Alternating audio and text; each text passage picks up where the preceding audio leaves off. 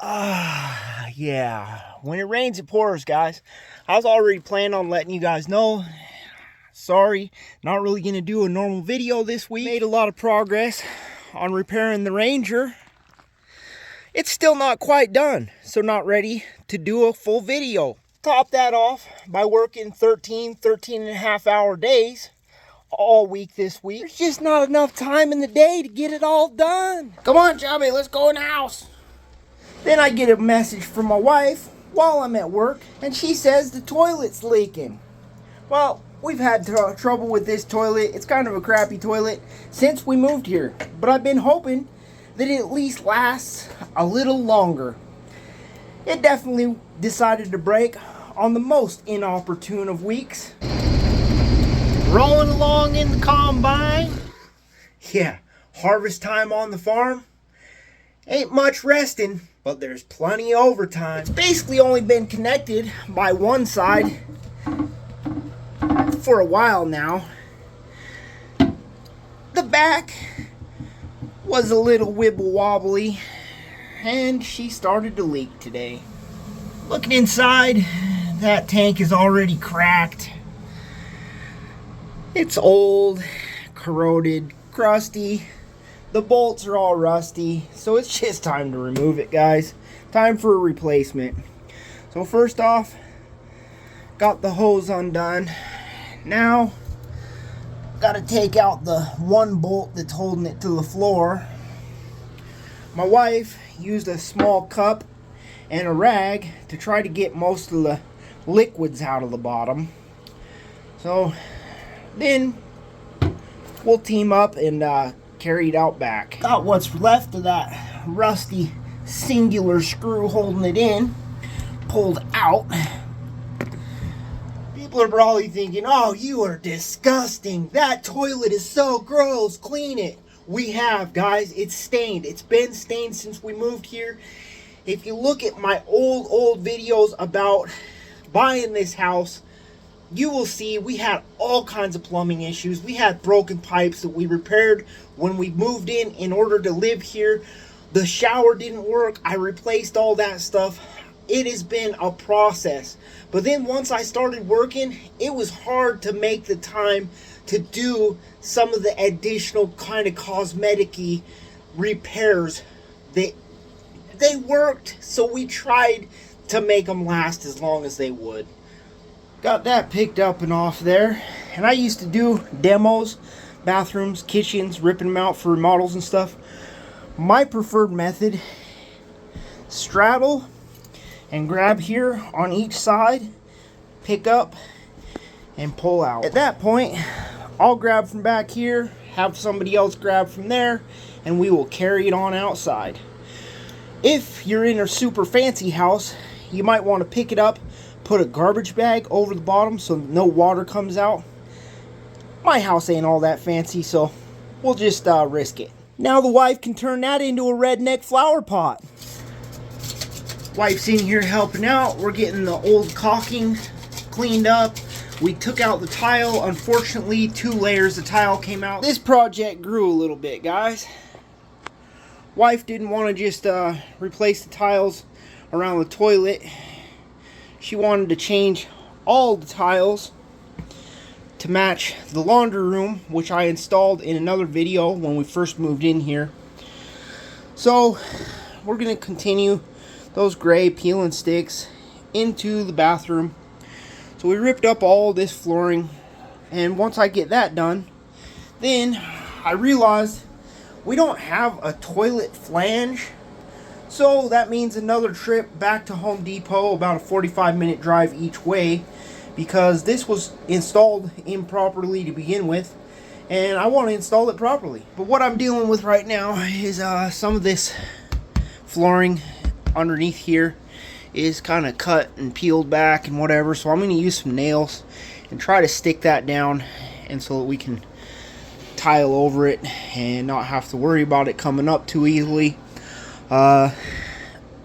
We could peel this layer up as well, but we're deciding not to do that because it's already lower. It's also lower than the kitchen. So we're gonna go ahead and leave this layer down. When you're peeling these, peeling stick tiles, pay attention to the arrows.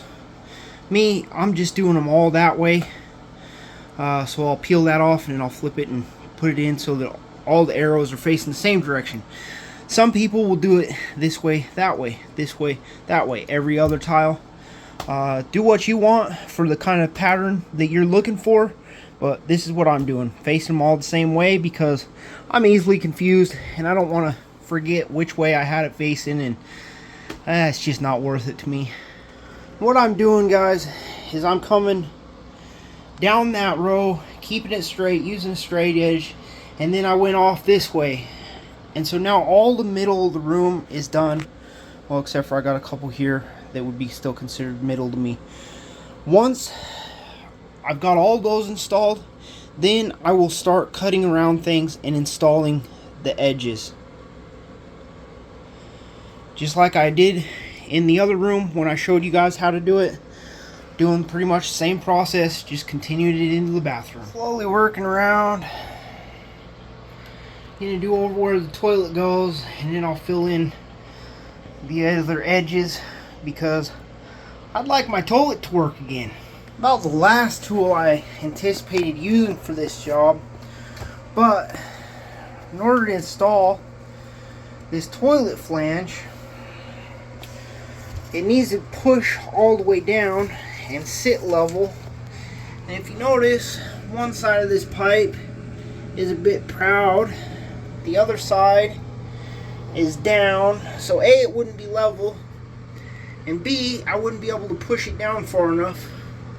So gotta get it cut off at the top. So I'm just using my cutoff wheel and going about a 1/4 inch down, and so that I can get this pushed down in there, and this will sit level and flat up here on the floor.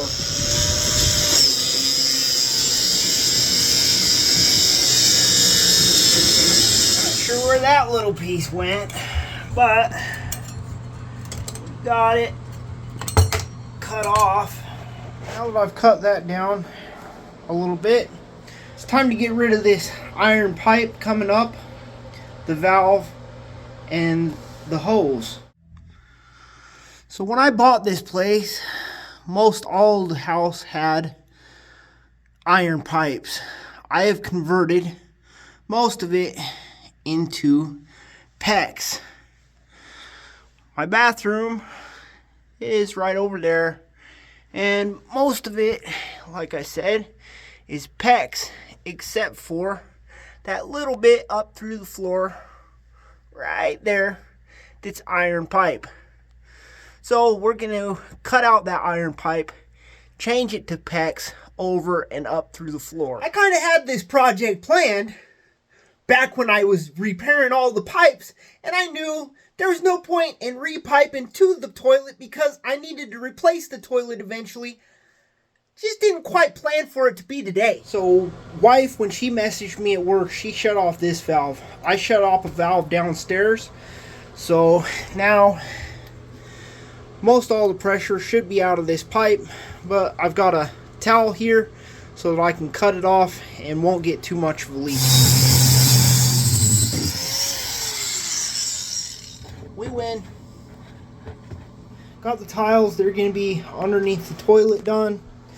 Got this toilet flange, and after I've cut that down and so that it'll go down and even, we kind of scraped away any residuals that were inside that pipe so that that rubber gasket will fit down in, and we'll kind of tighten it a little bit up here.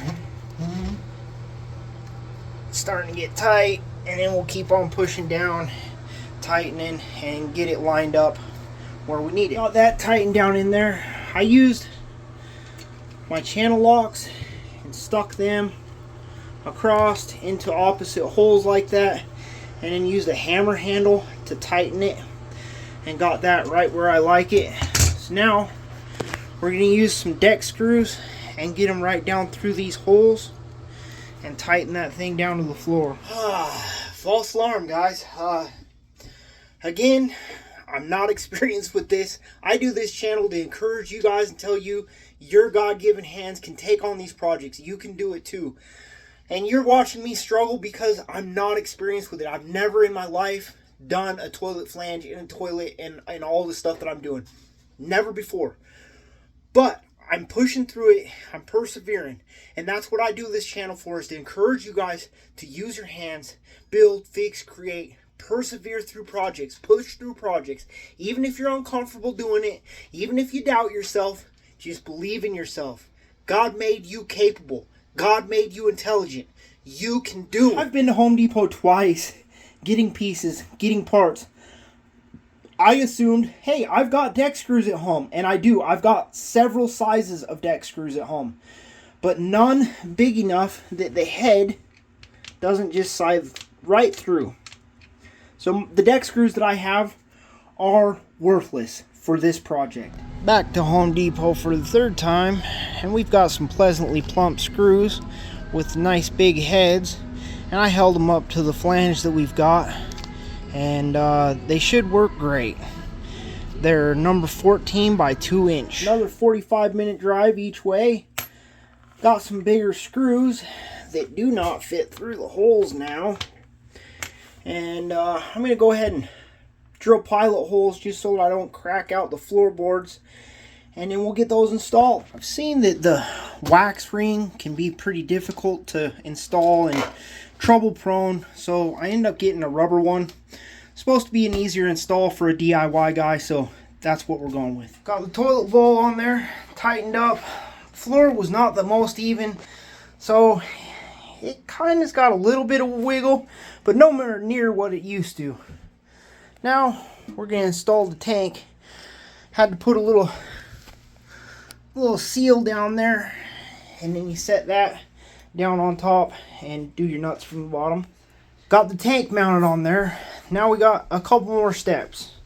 We got to connect water, but I've got to run PEX up from downstairs and put in a new shutoff valve and whatnot. We got to mount the seat and put the lid on. So there's the angle stop, piece of PEX, attached my stainless hose already just so that I'm not messing with it back here in the corner. So I'm going to feed this down through the hole into the basement, and then I'll go down there, I'll do an elbow and tee it back into the PEX down there, and this end gets connected to the toilet. Alright guys, so that's where we cut off from earlier. Ran it down, did an angle, went up through the floor, and yeah, got it all connected. Turned on the valve down here, so we got water going upstairs. Let's go check it out. Toilet's filling up. Let's test out this angle stop, make sure it's good. Yep. Now that she's filled up. Oh yeah. Now tonight when I need to take a dump, I don't have to walk over to my mother-in-law's house. Awesome. I win. The seat is on. Do do do do do do. The seat is on. Probably the wrong words, but the beat matched. And we put a lid on it. So this project's capped off. 2,000 years later. Well, it's a week later. All the edges are finished, filled in. And I have a huge sense of accomplishment, guys. Just like I know that you will, if you continue to believe in your God-given hands, take on projects, build, fix, create, accomplishing things in life, it just feels so good. It might be a struggle when you're doing it, but once you get finished, build up your self-esteem. You build up your self-worth. And you feel good about yourself, guys. By doing blue-collar, hands-on stuff, you build up your self-esteem and your self-worth. That's literally why I named this channel what I did. So, till next time, believe in your God-given hands, take on some projects, keep building shit,